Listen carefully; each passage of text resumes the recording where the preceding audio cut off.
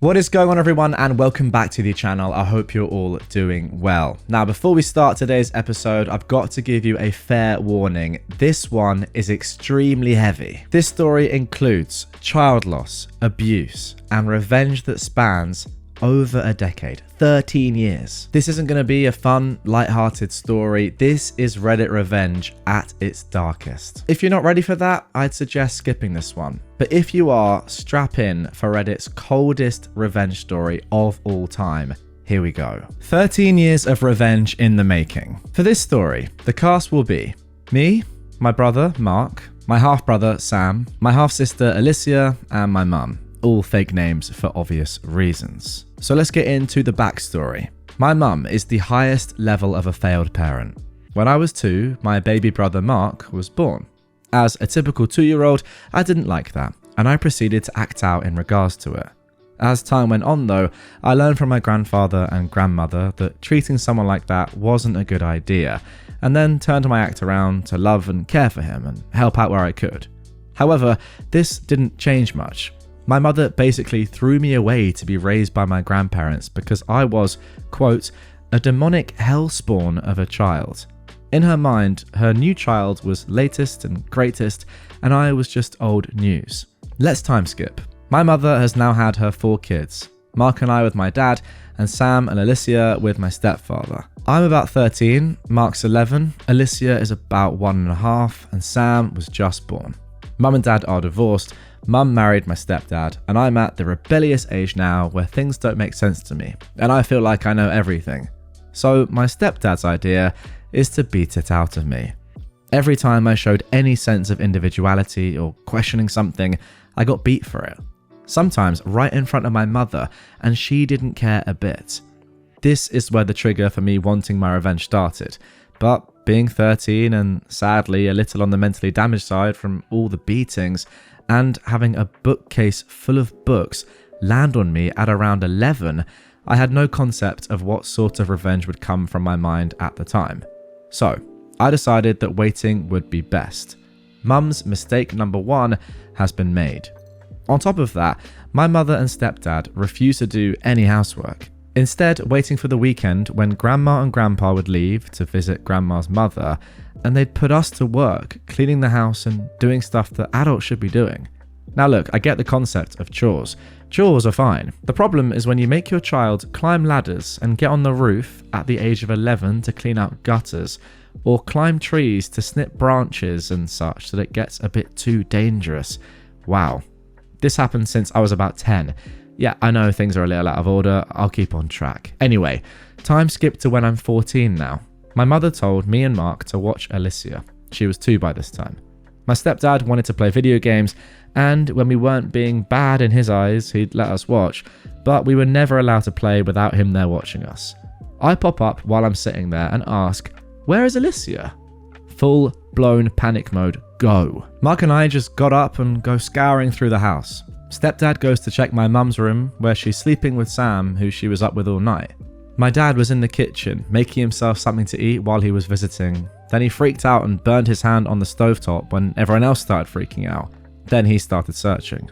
Mark and I ran out back and looked around, saw nothing. We didn't even think to check the pool, so we ran back inside and rummaged through the garage. Next thing, we hear my mother screaming at the top of her lungs, and we rush outside to find Alicia on the deck, not breathing, and my mother and stepdad are trying to perform CPR on her. Oh my gosh. My father drags Mark and I away to go inside, and the ambulance is called. Needless to say, Alicia did not survive, and they pulled the plug on her that night. Oh my goodness. Mum's mistake number 2 has been made. Wow. I'm so sorry to hear that. Mark and I were devastated. Being the teenager I was and the preteen he was, we immediately blamed ourselves, and our grandparents assured us that it wasn't our fault or responsibility, and that we need to know this isn't on us. A week later, Child Protective Services got word and came, and my father, in his infinite wisdom, initiated a custody battle with my mother after this, claiming that she wasn't capable of caring for her children, and he won, but only temporarily. Needless to say, our grandparents believed we belonged with our mother, and they fought back. My mum ultimately did win us back. Time skip again. I'm 18 now. I'm an adult. I'm looking to graduate high school and make my mark on the world and get my life going. Mark was 15 now. He'd gotten into a fight and broke his finger. It had to be repaired with pins and screws, and he was on some pretty hefty pain medicine. I don't remember the name. It was my mother's job to watch him and regulate his pain medicine so that nothing bad would happen. Sadly though, that bad thing did happen. My grandfather picked me up from school one day and I could see he had a gloomy look on his face. We showed up to the house, and as we were walking up, I could see the paramedics rolling a stretcher with a body bag on it. Mark had died from a drug overdose at the age of 15 because my mother wasn't watching him like she should have been. That was the final straw. What is going on here? At that moment, my family was divided. My dad's side and my mother's side. My mother had my grandparents, who I was living with at the time, and my father had me and his family. I sided with my father completely. His argument being that had she been a better mother, Mark would still be alive. And what's worse, Sam had been taken away by CPS and put in foster care. My mother was never allowed to raise children again, and I never saw my half-brother ever again. I was now an only child.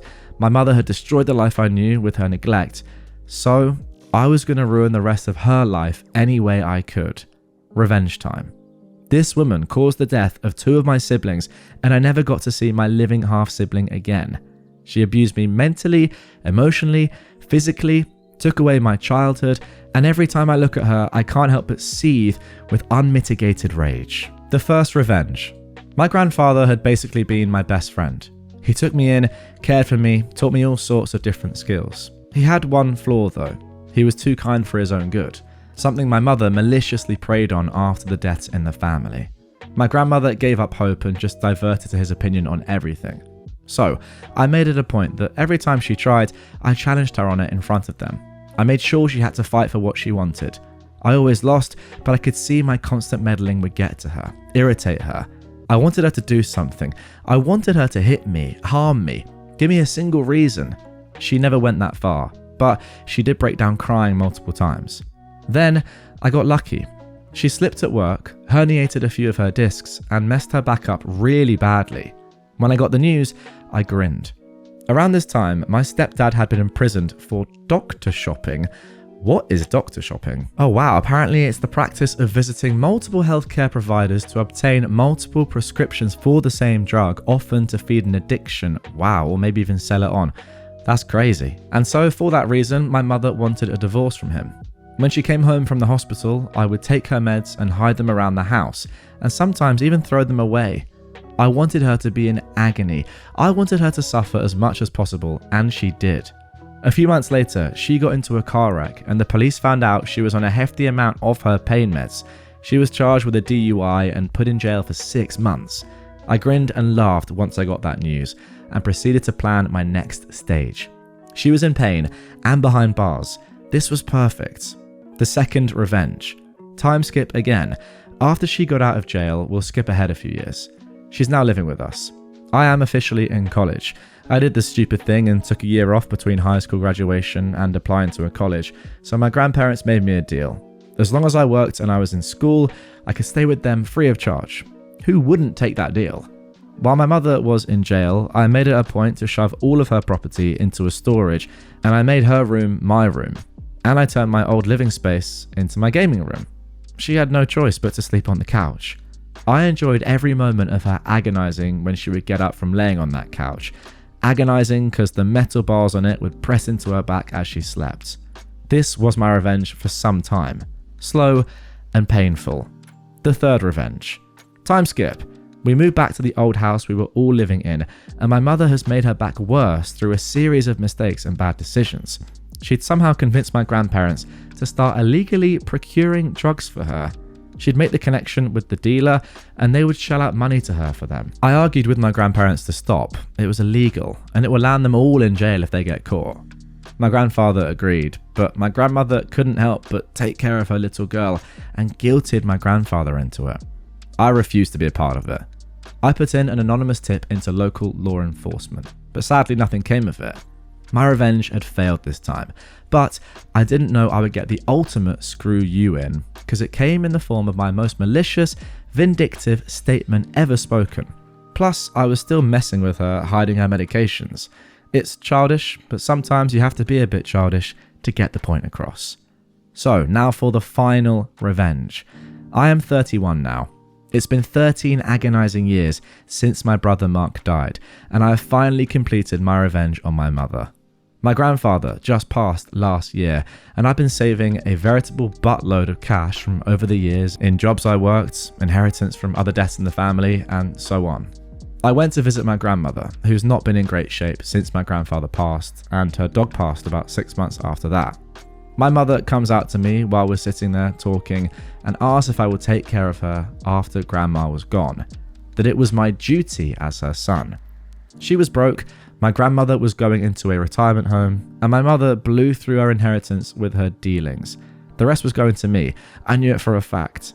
I stood up, and while I stared my mother directly in the eyes, I managed the most hateful, vicious stare I could muster.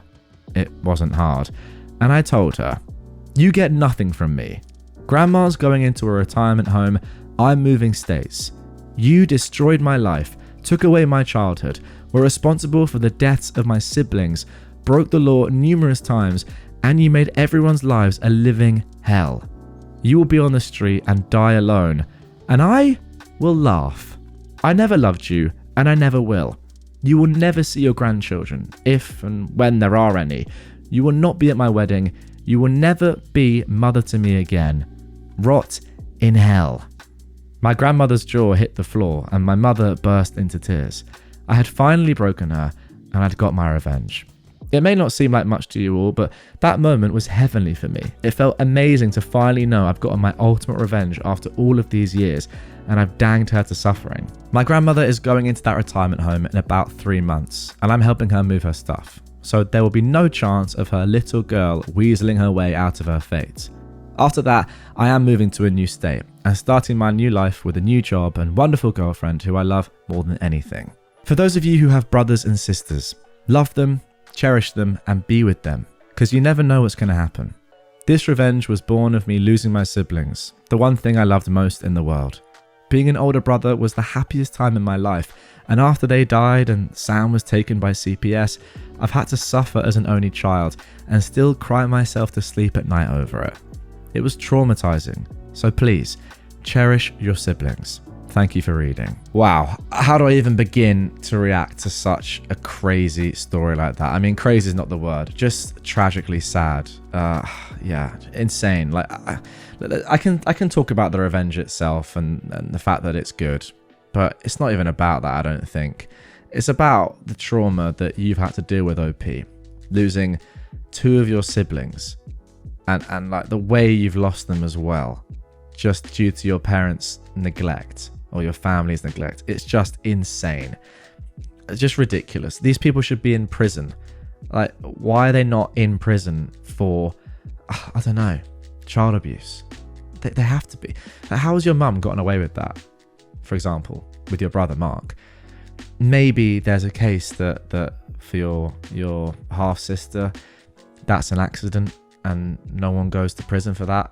I'm not sure I necessarily agree with that, to be honest. Like, if you've got a pool and the doors aren't locked and you've got a toddler running around and you're just locked into video games, I'm sorry. That is as good as murder, in my opinion. That's like, the neglect there is ridiculous, especially if you're asking your other kids to look after a 2-year-old. But yeah, I mean, just insane. How do you even begin to work out what's gone on there?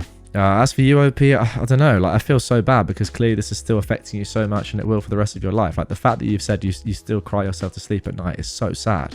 But I'd be in the same position. What else can I say to that? Just tragic. I hope that you're continuing, and it does sound like it might continue even further. Revenge brings you some solace. I don't know if it necessarily does, to be honest, based on me trying to understand your tone and cut through your words. Let me know in the comments. Do you reckon this is doing anything for OP, or he should just try and forget about the whole thing? I mean, it's impossible.